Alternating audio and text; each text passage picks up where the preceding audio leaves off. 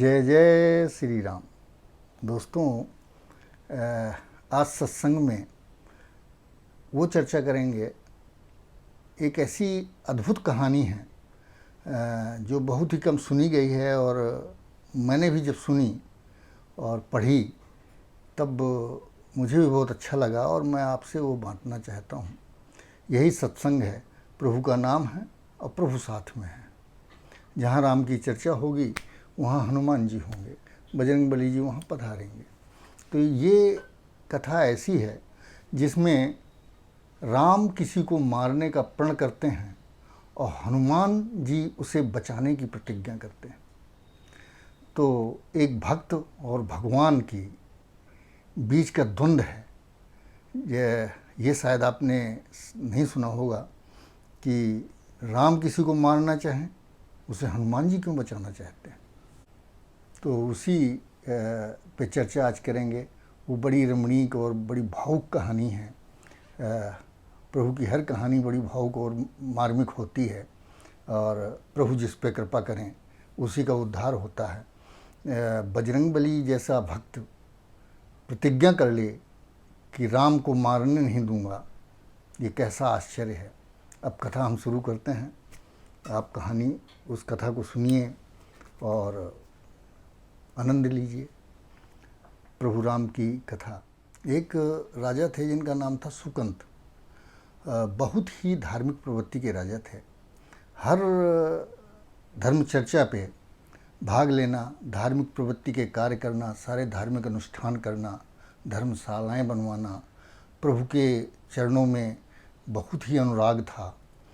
तो सुमेर पर्वत पे एक बार साधुओं की सभा हो रही थी, संतों की सभा थी।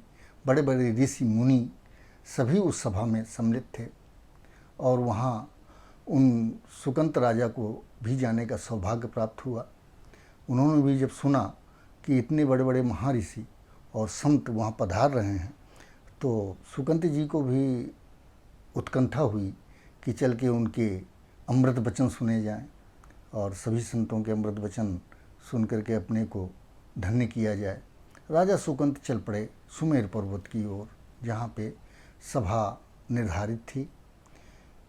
सुकंत पर्वत के लिए जब राजा निकले, सुमेर पर्वत के लिए राजा निकले सुकंत जी, तो नारद मुनि जो एक विशेष प्रकार का अपना चरित्र रखते हैं और सभी जगह भ्रमण करते रहते हैं और प्रभु का नाम हमेशा लेते रहते हैं। हरि नाम जो उनके ज़बान पे चढ़ा रहता है।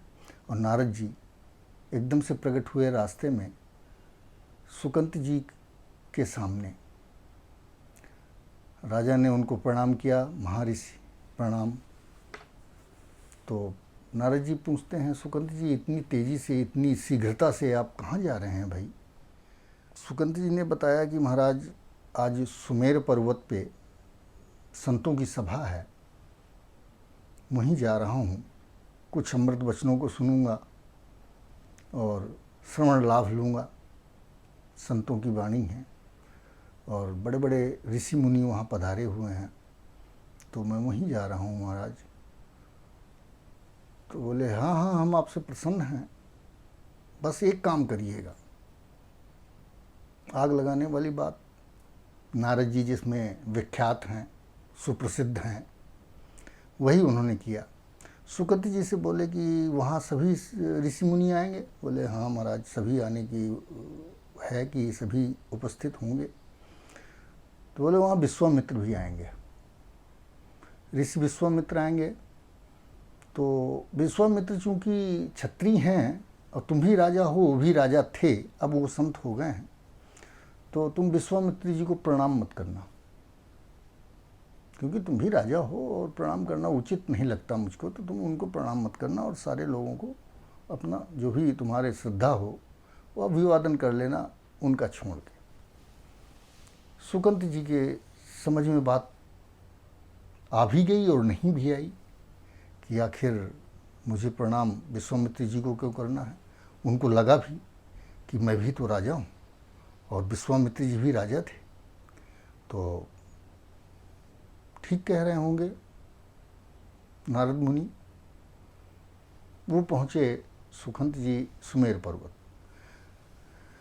सभी को दंडवत प्रणाम किया।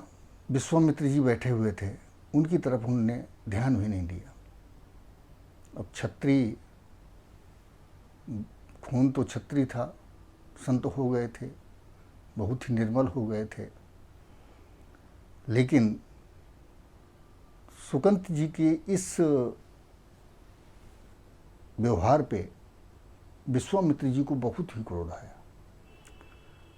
विश्वामित्र जी इतने क्रोधित हुए,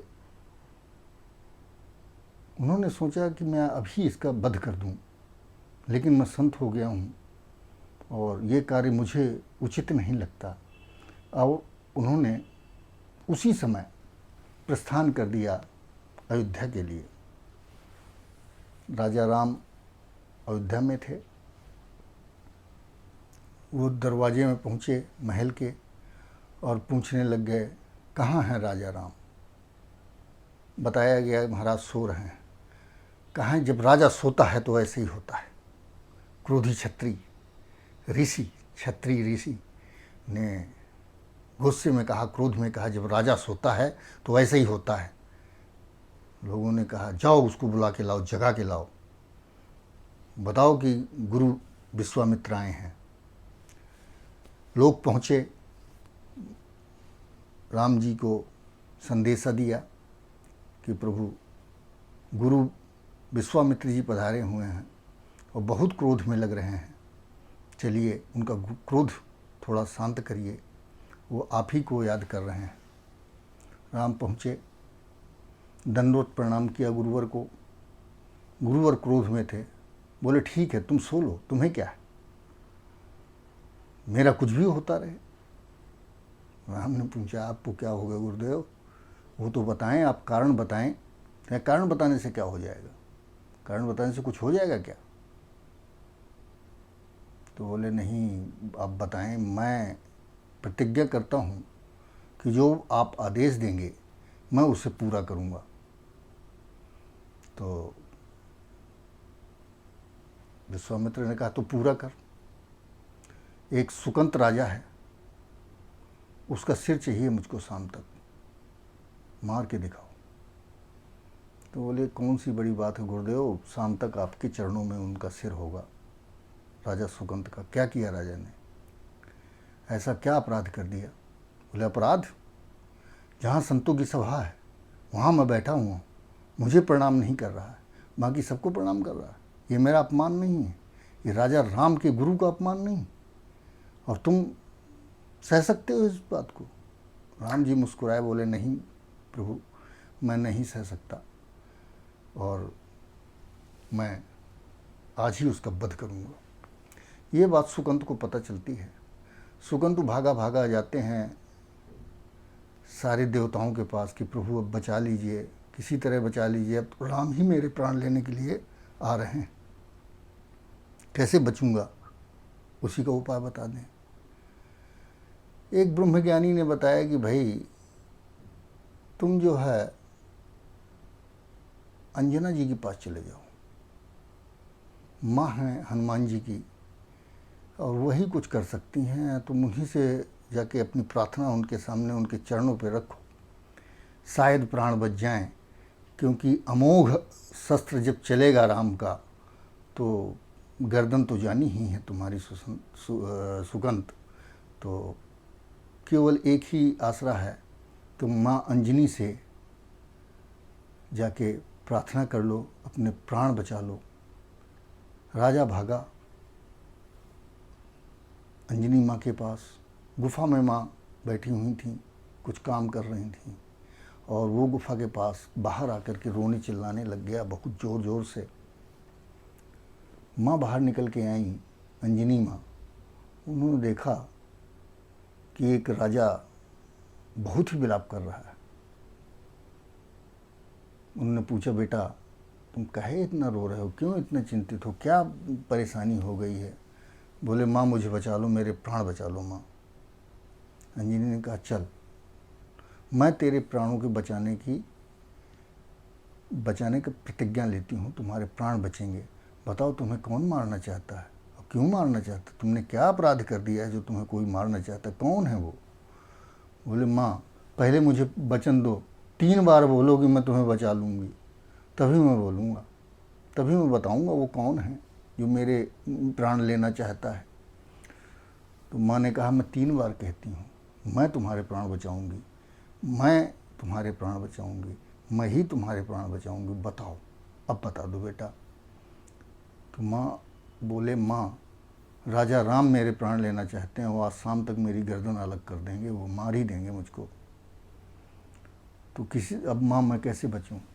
बोले बेटा आप चिंता मत करो, अब मैंने वचन दे दिया है, मेरा पुत्र आता होगा, मैं उससे बोलूँगी, वो राम भक्त है, राम जी को मना लेगा, राम जी से प्रार्थना कर लेगा तुम्हारे लिए, और तुम्हें अब मारेंगे नहीं राम जी, ये मैं वचन देती हूँ।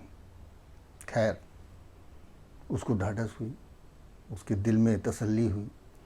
बोले तुम जाके गुफा में छुप जाओ, अंदर छुप जाओ, मैं बाहर इंतज़ार करती हूँ अपने पुत्र का। राम जी की सेवा से निवृत्त होके बजरंगबली महाराज अपनी माँ के पास पहुँचे। माँ बाहर बैठी हुई थी, उनने देखा माँ बड़ी चिंतित सी लग रही। तो बजरंगबली ने चरण छुए और बोले माँ आपके चेहरे पे ये मलिनता क्यों, कहे के लिए इतनी चिंता कर रही हैं, क्यों, क्या हो गया, कुछ हुआ क्या, बताएं माँ, मैं करके लाता हूँ काम, कुछ काम रह गया हो तो बता दें। मैंने कहा नहीं बेटा, मुझे तुमसे एक बात कहनी है, क्या तुम मेरी बात रखोगे? बोले माँ आप जो कह दोगी वही करूँगा, बता दें, एक बार कह दें। तो बोले नहीं बेटा, मैं तभी कहूँगी जब तू पूरी तरह वचन दे मुझको कि तुम मेरी बात मानोगे।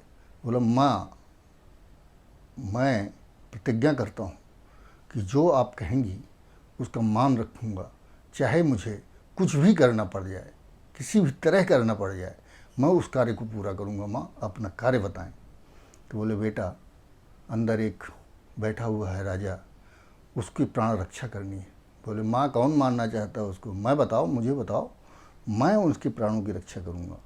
मैं आपकी कसम खाता हूँ माँ, मैं प्रतिज्ञा करता हूँ आज उसको कोई नहीं मार सकता तीनों लोकों में, जिसका रक्षक आपका बेटा हो। तो बोले बेटा बुलाओ उसको। सुकंत बुलाए गए, बाहर आए। हनुमान जी ने पूछा क्यों, कौन मारना चाहता है तुमको? उन्होंने कहा आपके प्रभु राम मारना चाहते हैं मुझको, बताओ, अब बताओ बचाओगे हमें? हनुमान जी भी थोड़ी देर के लिए चिंतित हो गए कि अब प्रभु राम से कैसे बचाऊं, चिंता करने लगे। लेकिन माँ की कसम थी कि मैं माँ बचाऊंगा, उनको वचन दे रखा था माँ को। और वहाँ दरबार में जो बात चल रही थी वो सुन के आए थे कि उन्होंने, राम ने हमारे मारने का वचन दिया हुआ है। हनुमान जी ने कहा कोई बात नहीं सुगंध, तुम मेरे पीछे खड़े रहना, राम जी के वार मैं झेलूँगा। राम जी ने ढूंढते हुए उसी पर्वत पे पहुँचे जहाँ सुकंत और हनुमान जी बैठे हुए थे। सुकंत को हनुमान जी ने पीछे अपने छुपा लिया, पीछे बैठ गया। आगे वो भजन करने लगे, जय श्री राम, और राम का अविरल धारा प्रवाह, राम का नाम उनके मुंह से निकलने लग गया। अब राम ने देखा सामने हनुमान बैठे हैं।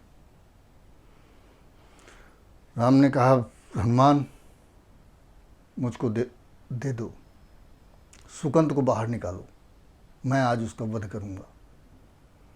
हनुमान जी ने कहा प्रभु बस यही प्रार्थना है, सुकंत का वध नहीं होगा, ये मैंने माँ को वचन दिया हुआ है।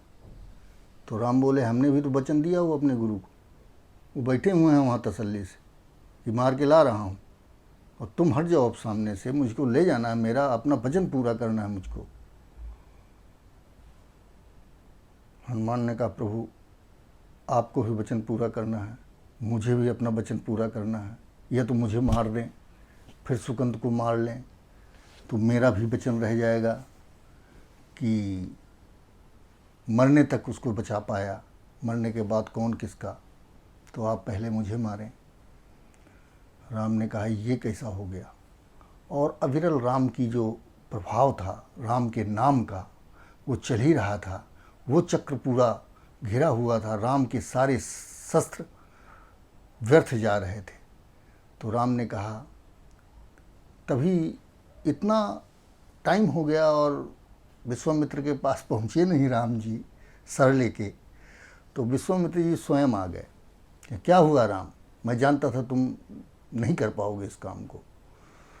राम ने कहा, कर तो पाऊँगा गुरु जी, लेकिन सामने हनुमान जी हैं,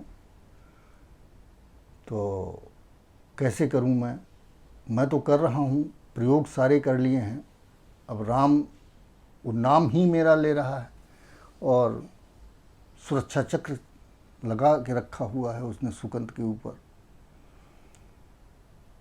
तो हनुमान जी ने धीरे से जब उनको बात करते हुए सुना तो सुकंत से बोले, सुकंत धीरे से जाके दंडवत लेट जाओ तुम गुरु जी के चरणों में।